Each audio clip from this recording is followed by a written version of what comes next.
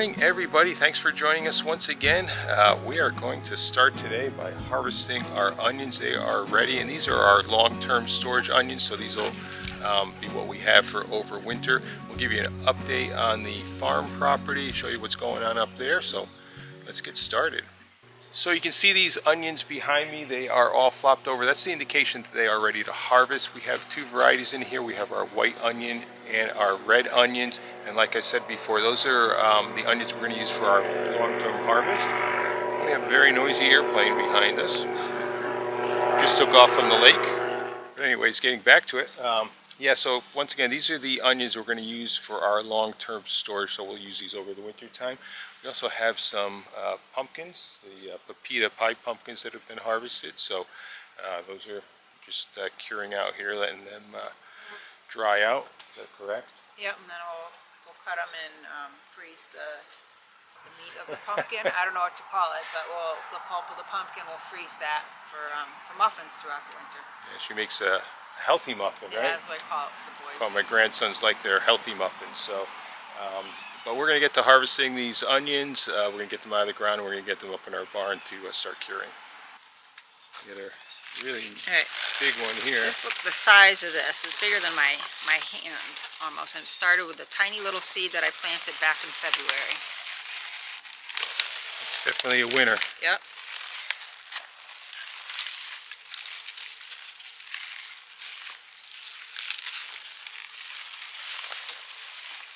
On the ground.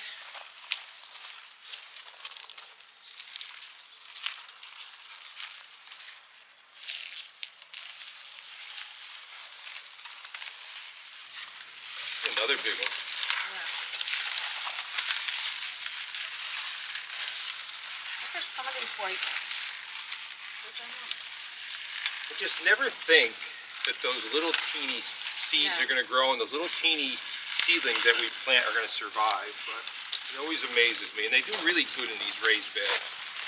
There's some still in the garden. Yeah, we picked some a couple weeks ago that were already flopped over, so we went through and picked all those.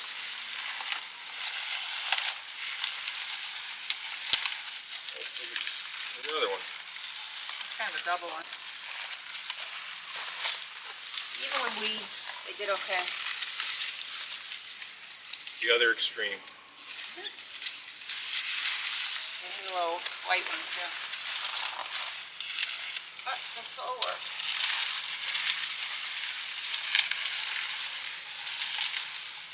That one broke off. I'm not going to fit them all. No. All right.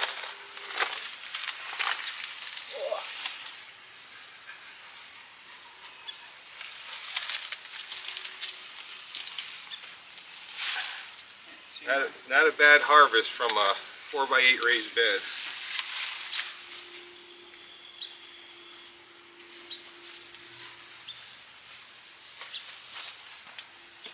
So these are the onions here that we have growing in our garden and everything. Planted those the same time with the same seedlings and everything. So the ones in the raised beds seem to be able to manage easier. They seem to be a little bit more consistent, but these ones have done pretty well also.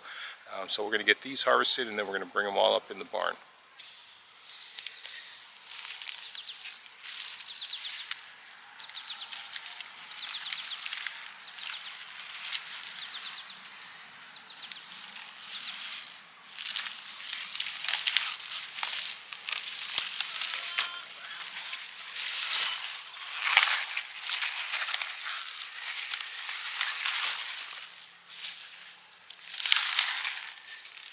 Small ones.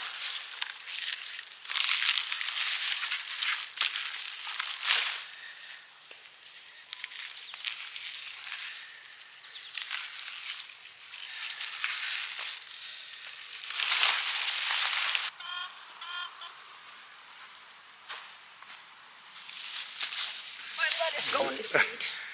Yes, our lettuce is going to seed. But I'll save it. I'll save the seed. We'll save all those seeds. Pretty good size one. These white ones did really well in here. Yeah, the white ones seem to be Although I did have a big red one in the other bed, Yeah. but the white one seems to be the largest. I think these were Sedona, was the variety. There's a big one. Should weigh the biggest ones. Yep. I know I should. I actually think the one at the very end is the biggest. We're going to run out of room. Yeah. Big one.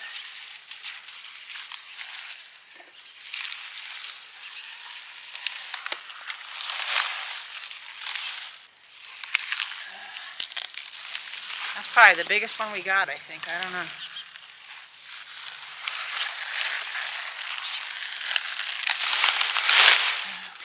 So there's our onion harvest. Pretty satisfied with the amount that we got. We're going to move those into the barn now.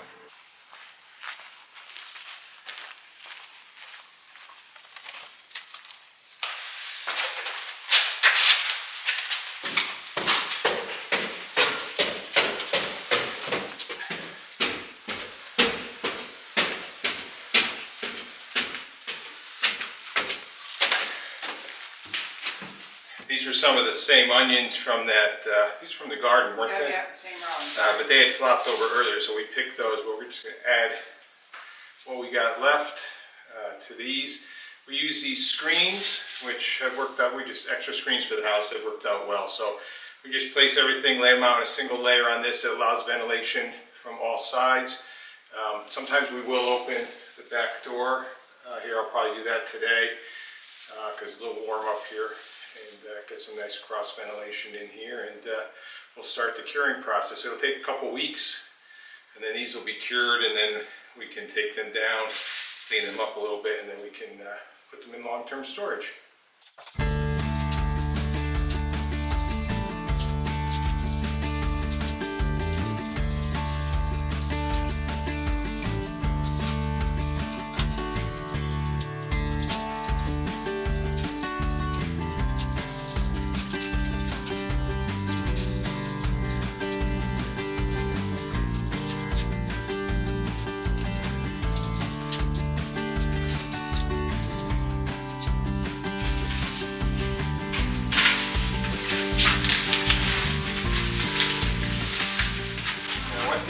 Ask is we don't want to cut these stems off beforehand to make more room because they won't dry properly.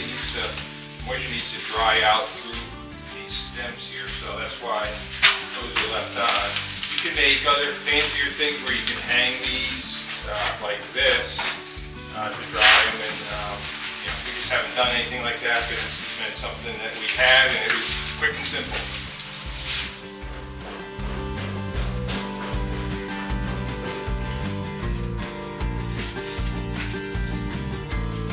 That's a lot of onions.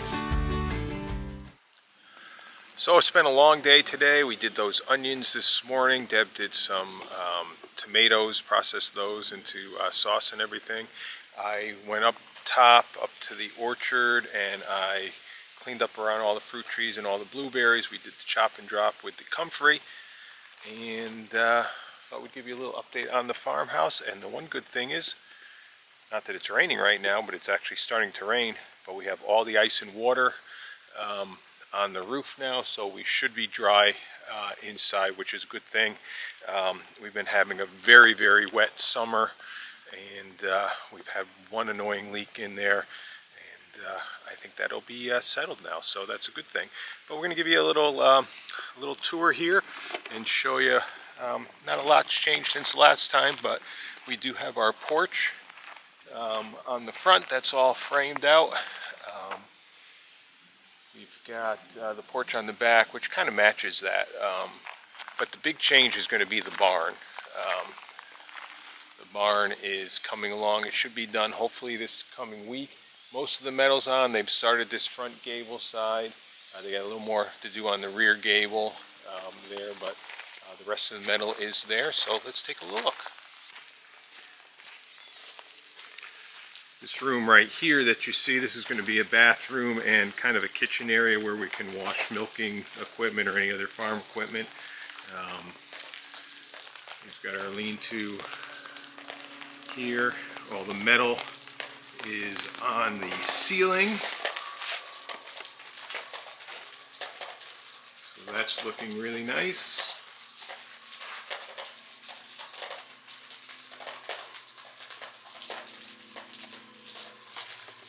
And as we go to the back side, this open side here, we're going to put some fences in these sections, but we'll use this area to keep livestock, possibly in the winter or bad weather. But all the metal is in here, and we have all the metal on the roof.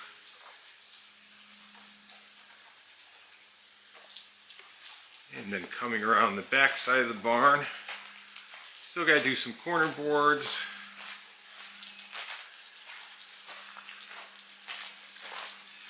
But we have all the metal on this side of the barn. So you can see they've started the metal on this side. Hopefully they'll finish that up tomorrow. Once they get this finished here, and there's a little on the back gable to do, basically trim and garage doors. They got to do the stairs inside, and it'll be wrapped up. We've started to have some of the backfilling done. This whole thing's got to get raised up to cover a good portion of this skirt board, but fill has started to be done inside here, in the back, and on the inside.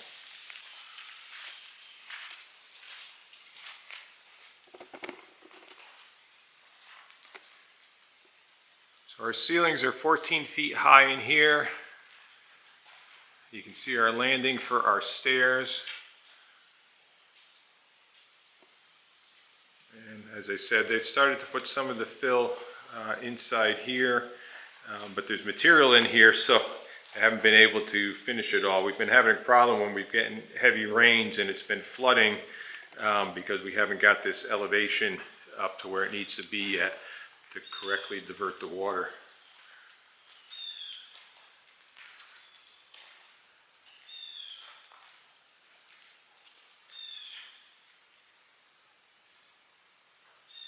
So this section here is where we're going to have a bathroom by that far wall, and then we're going to have a wash area for all our farm equipment and everything. Maybe a little bit of storage in there, but that'll be walled off and separated another time. We're going to pour a slab in here. That'll be all cement up there too, but we've got water lines coming in, plumbing coming in that's got to be located. So I'll probably have the slab poured up to that. We'll leave that section open. And then we pour that by hand once we have all the plumbing located where we want it to be. So behind me, back over here, that is our rainwater collection tank. It's a 2,500 gallon cement tank that we had buried in the ground there. We're going to be collecting rainwater from all of the roofs on the barn and on the house. That'll overflow pretty quickly, but we will be having rainwater collection in addition to that, with some above ground tanks on the back of the barn. And what we'll do is, if that tank runs low, we'll dump the tanks from the back of the barn through the downspout drains into that tank to refill it. We'll be able to do that probably, 3/4 of the year. The only time we won't be able to do that is winter time. We'll have to keep those tanks bypassed, but I think it'll provide a majority of the water that we're going to be using for the livestock and for all our crops. So something interesting that happened is this tank was all in the ground. It was about 3/4 backfilled. We were away on vacation. We got a bunch of heavy rains, and the open part of the trench filled with water, which wasn't a lot. Like I said, it was 3/4 of the way backfilled, but enough water got in the ground that it actually floated this tank up a foot, and it had to be removed and buried again. We have some water in the tank now to help weigh it down. It's completely backfilled now, so we shouldn't have that problem, but it's a really heavy tank, so it just shows you, the power of water and how much rain we've got, that it was enough to actually float this tank. So these are our water lines. There's 2 lines in here. We have an 1.25 inch line. That's for our rainwater collection system, and that line will run around the house out into the field, and then we'll eventually extend that up through the fields to water our livestock. The 1-inch line that's in there will actually wrap around the house. It'll go into the house along with a line from the well, which is up behind us there, and there'll be a T in the house, so we'll feed water through that line to the barn, to the bathroom and the wash station area, because we want clean fresh water for that, where the rainwater that could be used for irrigation and for the livestock. This hydrant runs from that 1-inch line, which we connected to the well, and then it tees off of there and goes into the bathroom wash area. We're gonna go for a walk up to the orchard, show you what I spent about 3 hours doing this afternoon. Just keeps spitting a little rain. It starts, it stops, it starts, it stops. So don't know what's going to happen tonight. And we chopped and dropped all of our comfrey, so that'll add a mulch, and it'll also add a nice fertilizer for us.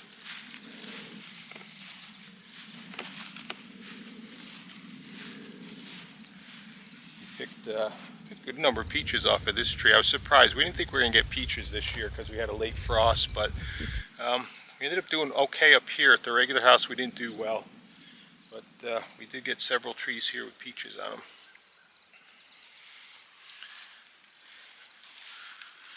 We also got a few apples.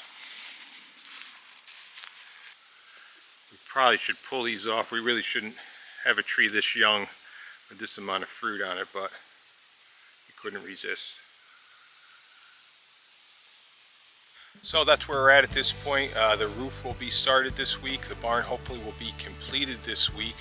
Our windows were delayed again. They're still out on a boat in the ocean somewhere. They're supposed to be here around the 20th of this month, so hopefully they'll be here within a couple weeks. So once they get here, we'll be able to put those in, put siding on the house, and it'll actually start looking like a farmhouse. So we're keeping our fingers crossed that within the next couple weeks everything will be enclosed on the house, the barn will be done, and windows will be here, and things will start moving a little bit quicker. So we thank you for coming along again on our journey. If you have any questions or comments, please put them in the comments below. If you like this video, give us a thumbs up, like, subscribe, all that great stuff. We certainly appreciate all of you that have taken the time to subscribe to our channel. But until next time, on Sunnyside Farm, we hope all your days are sunny side up. It's not sunny right now.